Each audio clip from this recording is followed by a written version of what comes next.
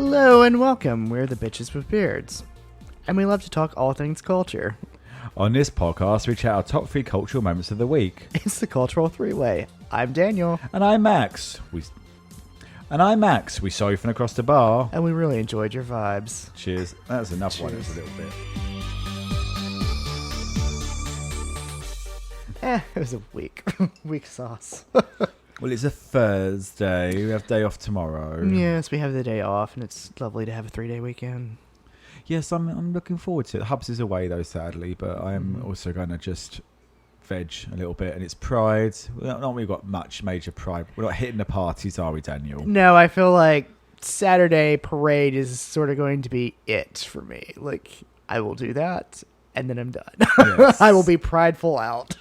Yeah, no, I'm going to see what people are about for some drinks after, but we're not doing a party or anything. No parties. No raging house parties, no orgies, thank you. No, the bars, I mean, saying some of the bars don't seem to be doing as much cover now. I think that I don't know how the days of the cover charges have gone in DC, because it's like, well, we always come anyway, so. Yeah, and I also feel like everywhere there's a line, and I just do not do lines. No. I don't do them. But I also feel like, isn't it competing with, like, New York Pride? Yes. We were walking back, went to see the what's under the Lincoln? So we were at a preview of the Lincoln Undercroft literally just a few hours ago. And it was lovely, and it was very interesting. Yeah. It's a space. But we, on the way back, got a chat to a lady, and she kept saying the parade this week, and I was like, I thought she meant the Knicks parade originally. But that was today. That was that, yeah. So, no, it's Pride as well. Yeah, I think that's going to kill it Our bit. homosexual showing. I know. Why my head went to the Knicks rather than the... I figured out that she meant the Pride parade, and I was like, wow, well, she said gay was really showing. Yeah. But no, it's going to be... I'd like to show my face, and I like to at Pride, because I think it's important that we, as a community, come together, but the slightly more hedonistic nature of it is a little bit... I'm too old for that. Yeah, I'm too old for that shit. We usually do a party, and I know the Hubs likes to do one, but it's just got a little bit too... On my own, it's too much, and also, like... Does it bring you joy? It brings me joy to see my husband happy and in his element, and I do like seeing people, but it is a lot of work, and even though like Pride's it's a very social day, and I'm kind of in a silly way looking forward to tomorrow. Like, we go to the parade, and we've said maybe we'll go and do some, like, sit around and go to hit a roof deck and do some drinks and some food. I'm liking that, when I'm kind of sunburned and ready, that I can just kind of go home, jump in the shower, and just sort of go to bed. Because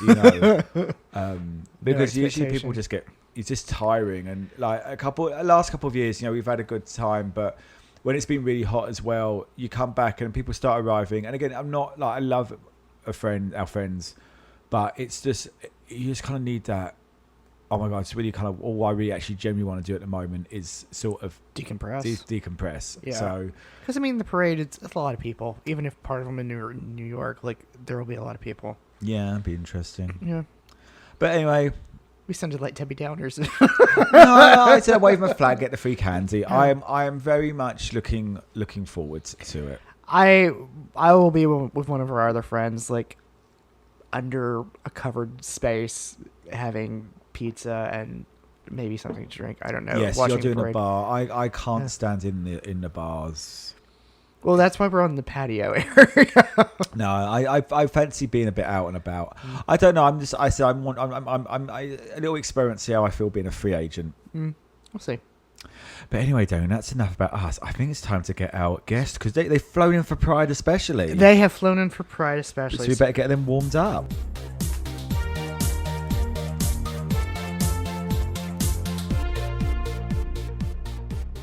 We better get them warmed up. So the question is, what was culture for you this week? What was culture for me this week? Yes, Daniel, you're more important than me. I'm the sloppy at the end one. What was culture for you this week? Culture for me this week. So we're going to start with, I went to an exhibit on Saturday afternoon at the American Art Museum. It was a retrospective on Grandma Moses, who was a primitive artist from the 1940s, I believe, started painting late in life. here's my one critique. It was not really a retrospective. It was a mass collection of like her paintings. I'm going to say over 50 of them. Yes. And they were spread out over 3 rooms. Was there a narrative? Was there groupings? Not. That was what I was about to ask. Not really. It was. What do you, Daniel, need for an art? What is an art? What do you expect when you go to an art retrospective? When I go to an art retrospective, I want to have a little bit of order. Like, if you can see progress because she took this theme and you see it as it goes through 5 different lenses, and here are the contemporaries to it, and this was a series that she did about farmscapes or something like that. Like, I would want to see that, but it was very much like, here's everything. And I was like, oh. And it felt like, which was great because I've never seen that many of her paintings like in one space, but I was like, there was no through line. Yes. Really, without one. I like to have a through line. So, anyways, I think it is good. It should be autobiographical. It should feel almost autobiographical. Yeah, and her subject matter was autobiographical, but there was no, like, development, if that makes sense with it. So anyways, I do recommend going, especially if you like Grandma Moses. I don't know. I probably would know some of her paintings. You will, once you see the paintings, you'll recognize it, like the style. Yeah. And she has some really haunting like figures in like some of them. But I love a haunting figure. Yeah, especially the Halloween one. Like that was one I wasn't familiar with. Anyways, but after that, I went to our second bit of culture, which is we went out to eat with our lovely friends at Love Makato. Yes. It's a Japanese food hall-ish experience. It's a really random concept. I didn't quite get the food hall concept in there. Because it's like the other spaces. Like, yes. Yeah, it's a restaurant divided up into 4 spaces, and it's... anyways, it was very good food. Yes. I had a lovely smoked salmon and the best seaweed salad I think I've had. You did have a bit of an orgasm. The way they used cucumber and the sesame seed oil, like it was just so good. I did the menu, the omakase. Yeah, because I don't get sushi much, so I treated myself to the $85. But we did the math and worked out we were going to spend close to it. What did you think of that? Oh, it was amazing. Okay. I love sushi. It did. I'm glad I didn't. Mark went and got the extra bit, and it was like that kind of was too much. Yeah, like I could see his face. It was very much the eyes were. I think he was kind of done, and it also wasn't as impressive. But no, I thought it was absolutely tasty, and they did it, and it was one of those that I felt. Yes, 85 is a lot, and not something I usually like to spend on food. Let's see. I do want to have a quick shout out for them. Their desserts were divine. Oh my gosh, and just beautiful. The little fake strawberries with the strawberry cream that we did. They were too small to share because we were like, but they were like. Perfect. The peach cake that I had was and it was a lot, and it was on top of like peach on top of Basque cheesecake. Like it was so. It was good. Crazy. It was so. And Matt's good. one was really tasty as well. Yes. That was more peanut buttery, or there was a nut in there, wasn't there? Yeah. Maybe it wasn't peanut butter. I think we worked out it wasn't peanut butter, but it had like an almost peanut butter. It was like, but it wasn't cashew either, so I'm not sure what. If you've ever had a peanut butter cheesecake, and they can be incredibly rich, this is like. The light version. This is the one where you. Yes. It was like, it had that kick to it, but not that heaviness that you can get from that. Yeah, yeah. It was like a really well done silk pie. Yeah. Like it was very good. So, anyways, that was my second bit of culture. My third bit of culture is I really, for some reason, was listening to a lot of Joni Mitchell this week, specifically the Blue album. Oh poor Joanne. Dream. But the song that I want to recommend is "Rainy Night House." Nice. It was very good, very haunting. I could see a movie in my mind. What was culture for you, my dear? 2 movies this week. Went to see Disclosure Day.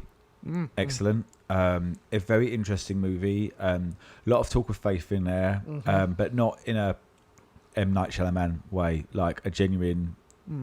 The storyline is what you expect it's going to be. It's the well building around it, but it's very, I think, is excellent. Snaps have really gone to Emily Blunt.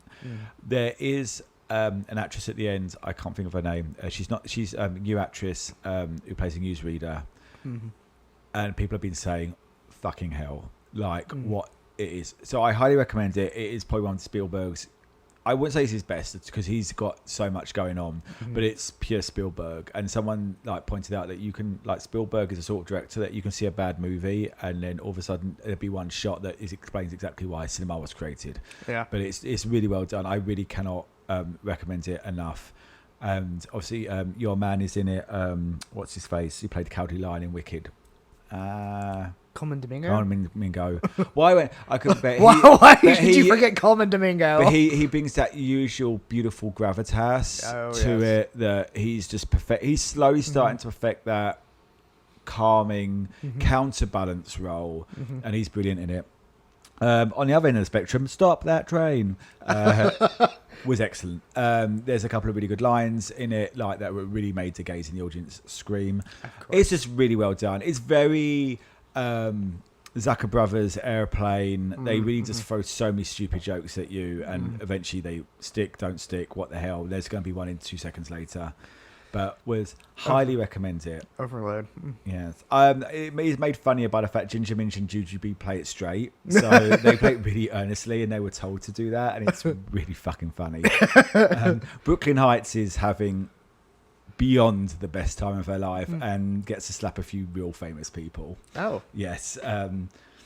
And I would say, also, people like Judi Dench feel in there, who, as you know, like she just sinks into a role and is just herself. Sarah Michelle Gellar is brilliant, and then Raven Simone has a line in it that is so stupid. You have to see it if you know it's coming. It spoils it. But I was just like, don't spoil it. Absolutely cried at that line, and afterwards like, why was that line so stupidly funny? Why did that one work? Music of the week, Prettiest Girl in America by Megan Stalter. Okay. Yeah, it's what you think it's going to be, and it works.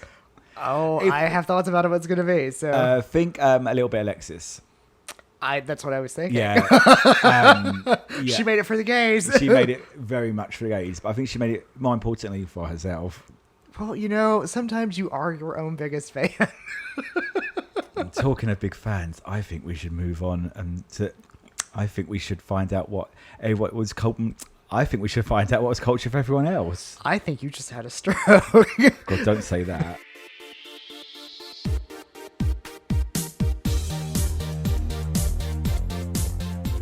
So now it's time to ask the question, who's your top, who's your bottom, and who is your lucky Pierre?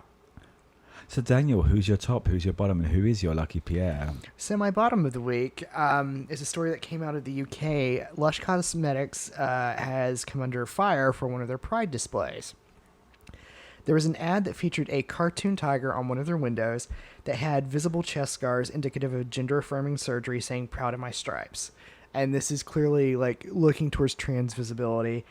This happened in Chelmsford. There's been a lot of backlash stating that why would Lush do this, and I actually am proud of Lush for being pro-trans. So that's where I fall on that spectrum with that one. But it hasn't been received that well with Essex. Like apparently it happened right before their Essex Pride, and so people are like, boycott Lush.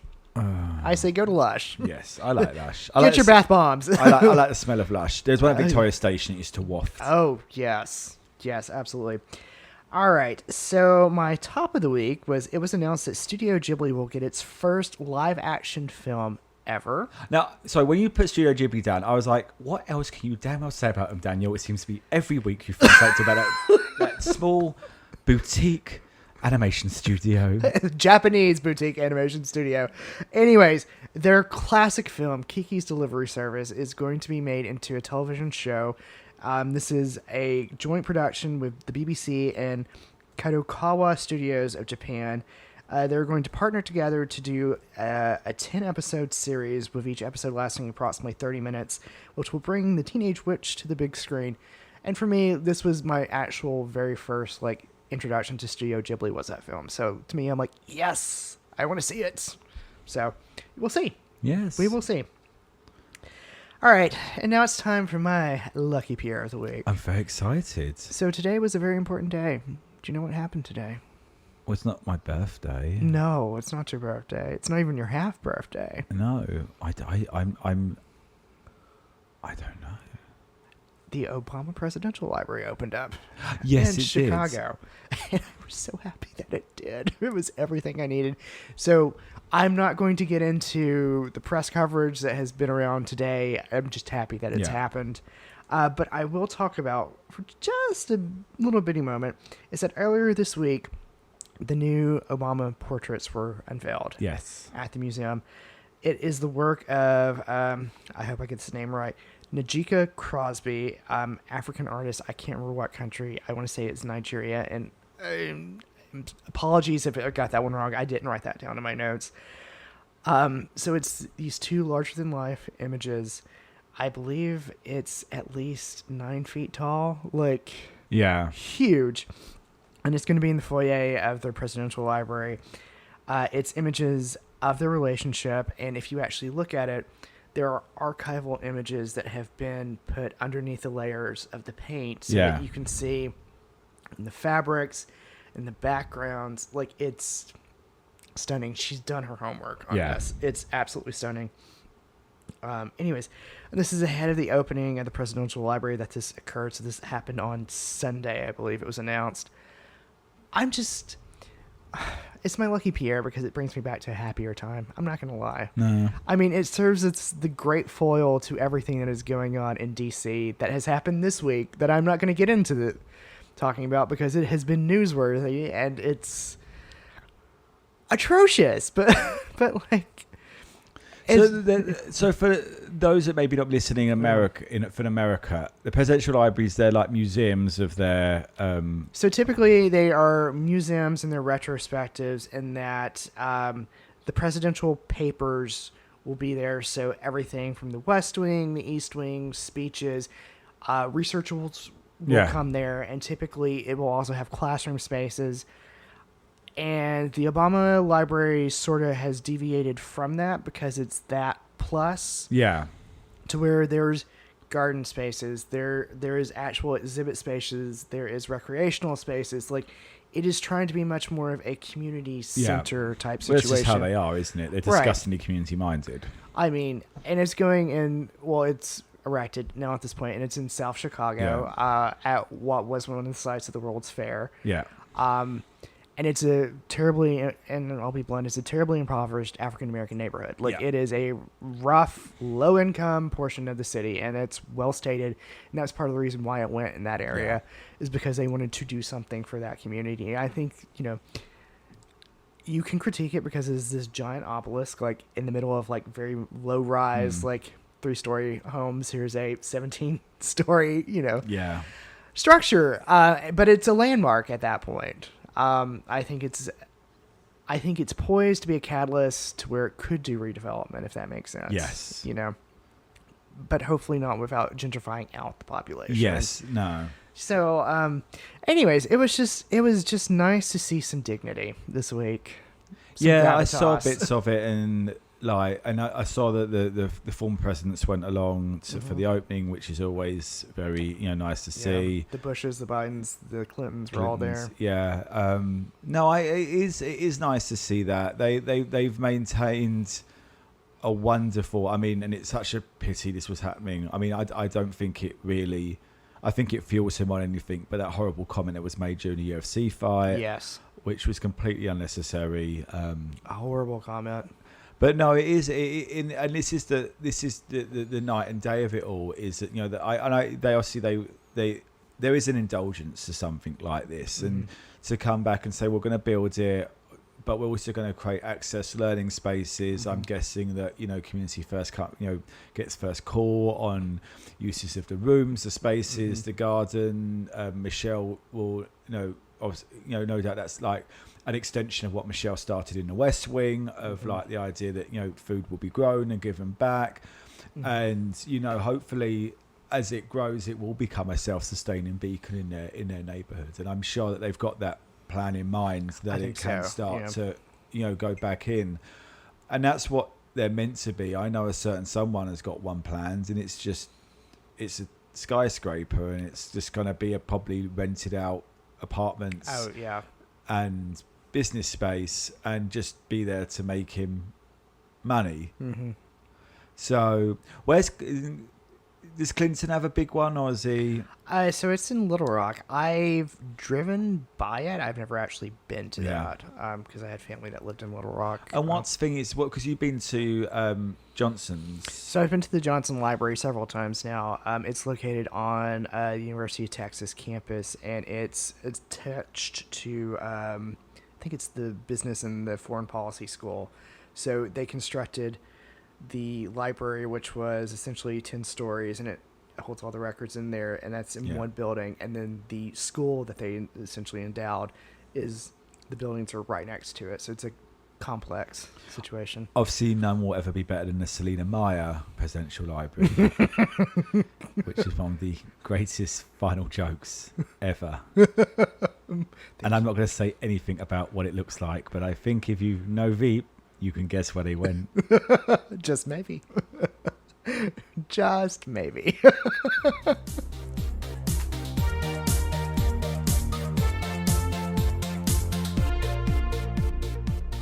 But enough about that. What was your top and bottom? We'll go into the bottom, so stop laughing. Actually, no. It's funny you mentioned Studio Ghibli.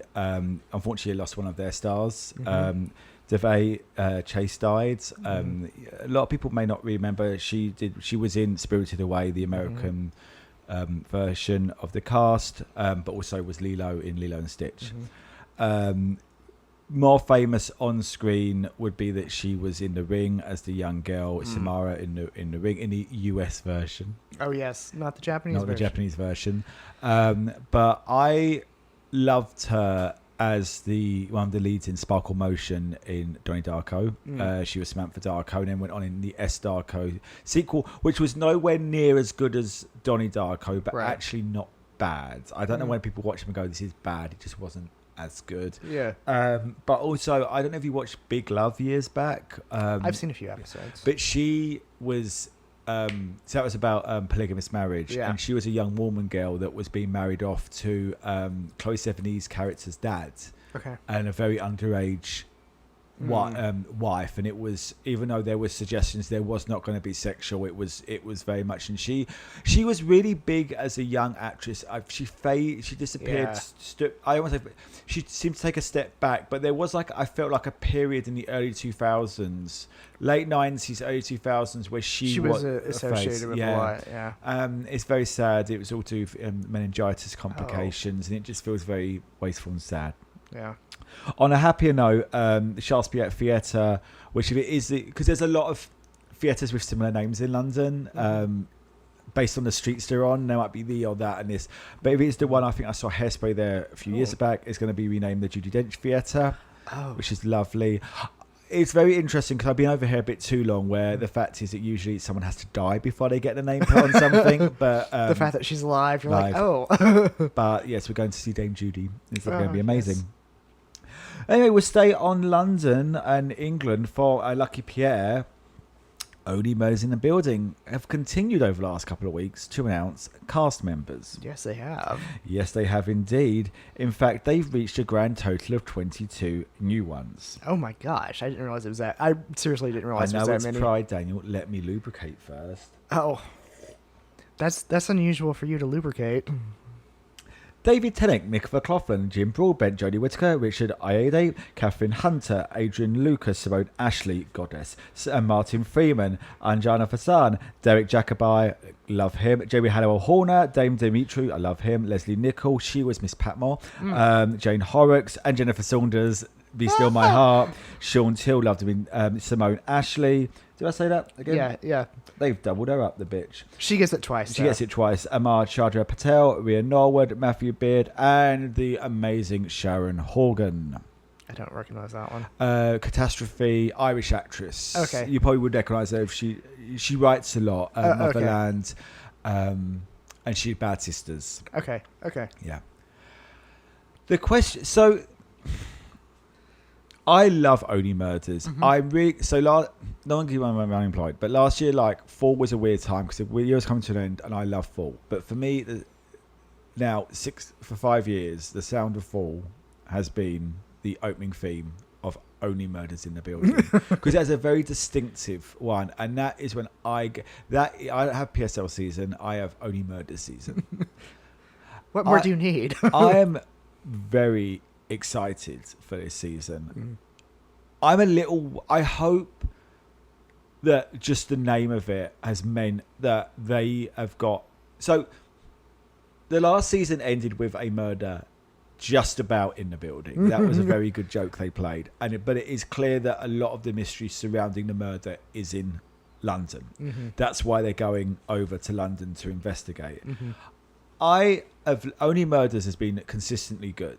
If there has been holes in the plot, it's honestly come up in some of the seasons about the holes in the plot in a really good way. But how do you feel about this cast, Daniel? Do you think they've jam-packed it, or do you think it's just they know that even like a walk-on part, they can easily fill with someone because they've just got such a grab? So here's the thing.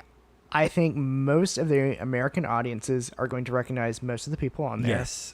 I think there's going to be recognition from the Bridgerton universe. I think you've got the Doctor Who's, and you've got the now rivals with David Tennant. I think you've got the recognition of Ab Fab. You've got the Downton Abbey pull as well. I think it's going to be recognizable British names, which I think is going to, I don't want to say ease, but get the American audience into, okay, it's a British mystery that's going on. I can follow it because I know these people. Do you trust though that they're not just like, how many can we cram? Do you trust his character? But I think it's like, did the characters exist and they just had a lot of casting? Or do you think that... Because I think people I get the impression, some of these articles, have they just... Let's see how many we can stuff in. Because that would be really sad. So it would be really sad. And I do almost wonder if it is a bit stuffing. Yeah. Just because I'm thinking of... And here's the thing that you have to do is you're going to have to suspend just a little bit of disbelief of can Edie Monsoon... and can Penelope be in the same room? Yes. But here's the thing. Clearly, they're great actresses and can be multiple roles. And I've seen them in multiple things. And I know that they can do it. But it's am I going to feel a chemistry between those two? Yes. It's going to be interesting.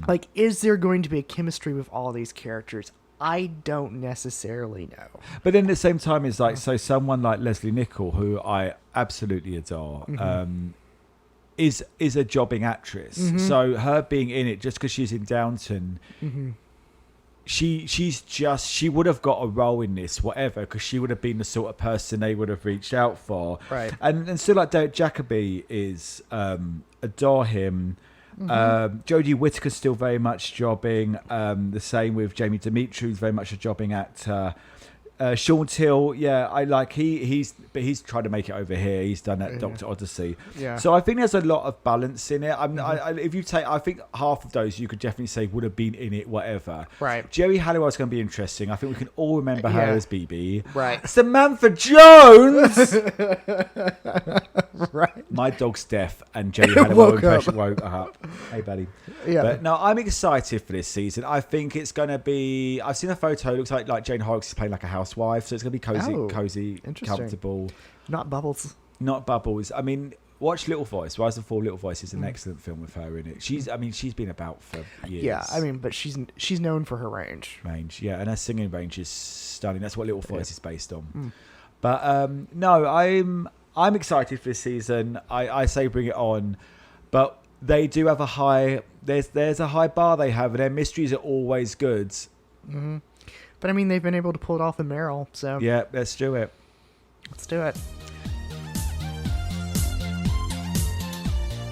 Anyway, Daniel, we should move on to the end of the episode. We should. What should be culture for you next week? Culture for me this week is going to be the front page of the Washington Post. It just will be. And I mean that in the worst way possible.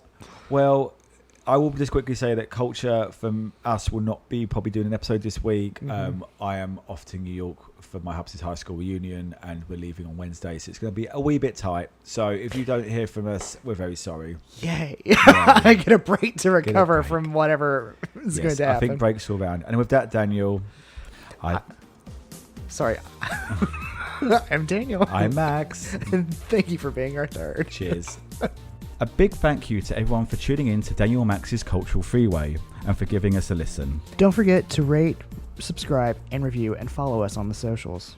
You can find us under Bearded Bitch Pod or Bitches with Beards. Please remember that only a mother could love our views and opinions, and they reflect us and no one else. We'll be here next week, unless we're canceled.